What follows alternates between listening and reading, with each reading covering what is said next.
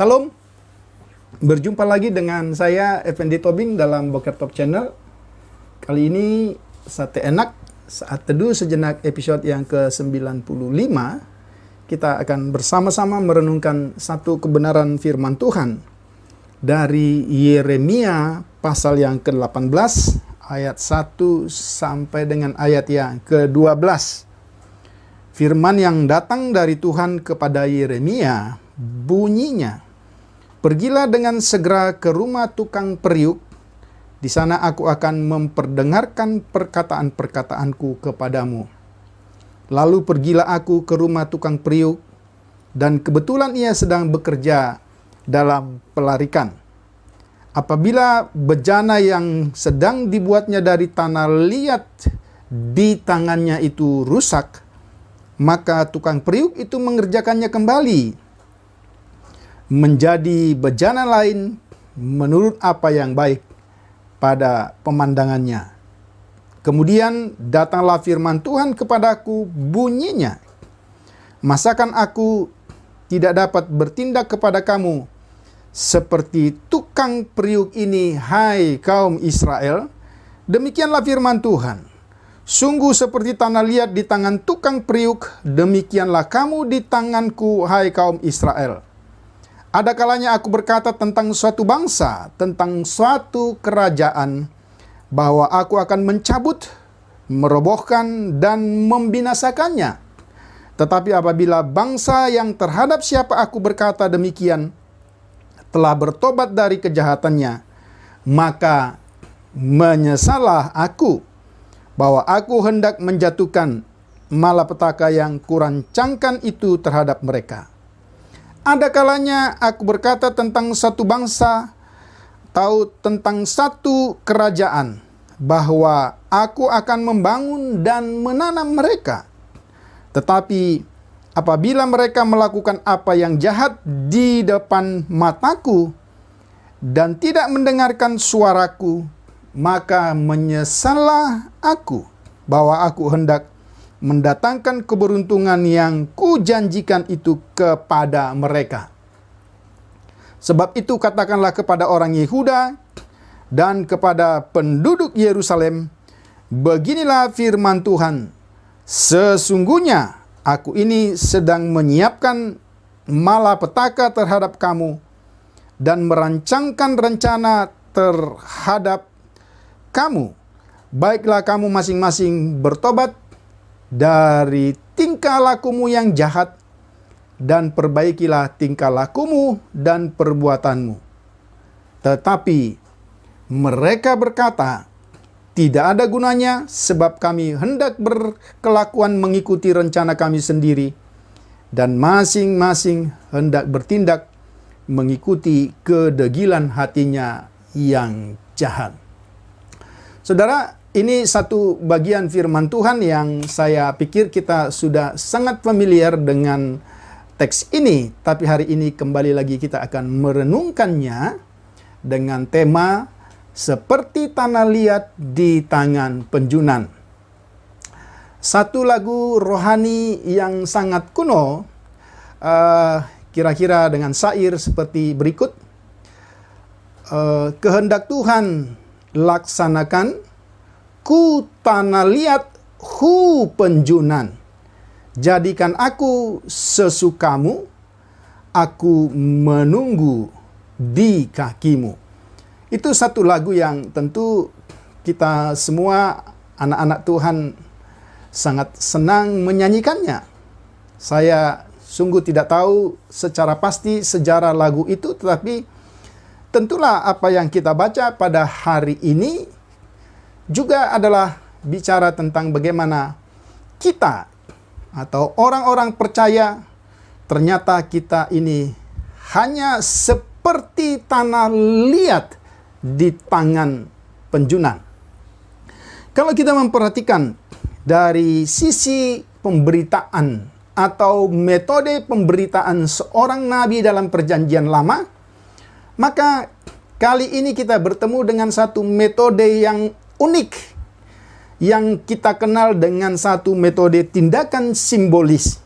Artinya, ketika Tuhan ingin menyampaikan kebenaran kepada umatnya, maka dia akan melakukan ini dengan satu tindakan simbolis. Memang yang kita baca tadi, ini termasuk pada tindakan simbolis secara tidak langsung. Karena biasanya tindakan simbolis langsung itu adalah seorang nabi akan melakonkan atau melakukan apa yang akan diberitakannya. Dan apa yang dilakonkan atau satu peristiwa tanda kutip yang terjadi pada seorang nabi pada waktu itu, justru disitulah letak isi berita yang akan disampaikannya. Tetapi pemberitaan simbolik tidak langsung ini, seorang nabi tidak melakonkannya secara langsung, tetapi dia melihat apa yang dilakonkan oleh orang lain dan Tuhan katakan itulah yang ingin dia sampaikan kepada umatnya. Kalau kita memperhatikan pada bagian ini, sebagaimana tema seperti tanah liat di tangan penjunan, bejana yang pertama, bejana yang terbuat dari tanah liat adalah benda yang sesungguhnya tidak memiliki nilai apa-apa sama sekali.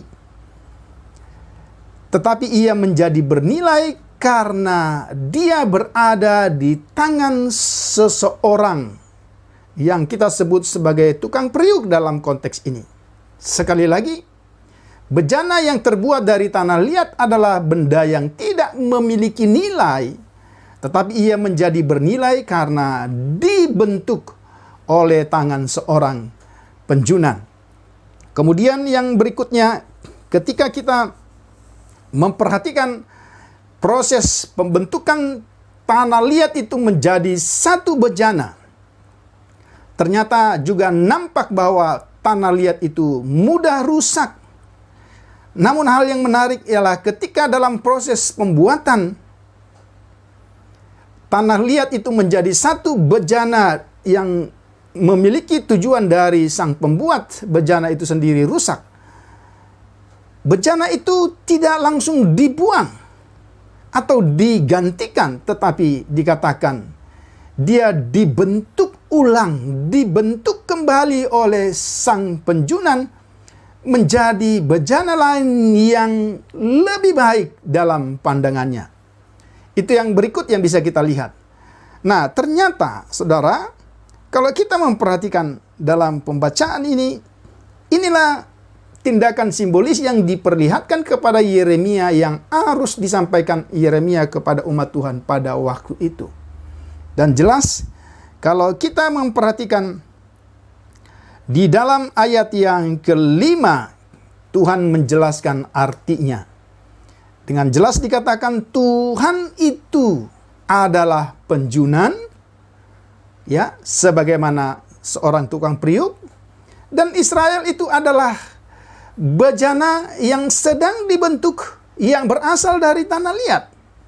Ya, seperti tanah liat yang tidak berarti, yang tidak bernilai, demikianlah sebenarnya Israel yang tidak bernilai, tetapi dipilih oleh Tuhan. Ya, itu sangat jelas. Bukan karena engkau besar, bukan karena engkau menjadi bangsa yang terbesar, tetapi aku mengasihi engkau karena memang aku mau mengasihi engkau. Itu firman Tuhan jelas. Jadi bukan karena bangsa Israel itu lebih besar, lebih baik, tetapi semata-mata pilihan Tuhan didasarkan kepada kemurahan Tuhan sendiri. Itulah sesungguhnya Israel yang digambarkan sebagai tanah liat di tangan penjunang. Seperti tanah liat di tangan tukang periuk. Israel itu dibentuk Tuhan sesuai dengan tujuannya. Dan sangat jelas, tujuan Israel ialah supaya menjadi berkat bagi bangsa-bangsa. Melalui tanah liat yang tidak bernilai, tapi dibentuk oleh sang penjunan. Israel adalah bangsa yang dipilih oleh Tuhan menjadi berkat bagi bangsa-bangsa. Seperti tanah liat yang rusak waktu dibentuk, Tuhan tidak membuang. Demikianlah Israel juga. Kalau kita melihat sejarah perjalanan bangsa Israel, bahkan ketika kita membahas kitab demi kitab dari perjanjian lama, khususnya kitab Hakim-Hakim, sebagaimana yang sudah kita pelajari, kegagalan demi kegagalan terus-menerus terjadi. Israel seperti tanah liat yang rusak. Tapi saudara perhatikan, Tuhan tidak serta-merta membuang mereka, tetapi Tuhan masih berkemurahan membentuk mereka. Seperti tanah liat yang masih lembut, yang masih memiliki kadar air yang cukup untuk dia elastis dibentuk. Itu saat-saat pembentukan Israel yang sungguh hanya merupakan kemurahan Tuhan belaka. Dia tetap dibentuk, tidak dibuang, tetapi dibentuk sesuai dengan kehendak Tuhan sendiri. Seperti tukang periuk yang membentuk tanah liat sesuai dengan tujuannya, demikianlah Tuhan sesungguhnya memiliki kedaulatan atas hidup umatnya. Dan kalau kita memperhatikan, ini satu pelajaran penting. Tuhan berdaulat atas umatnya. Tuhan berdaulat atas hidupku, hidup keluargaku, hidup kita, anak-anaknya.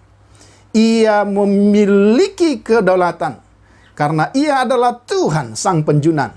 Ia memiliki hak untuk mencabut, merobohkan, membinasakan apabila satu bangsa berdosa.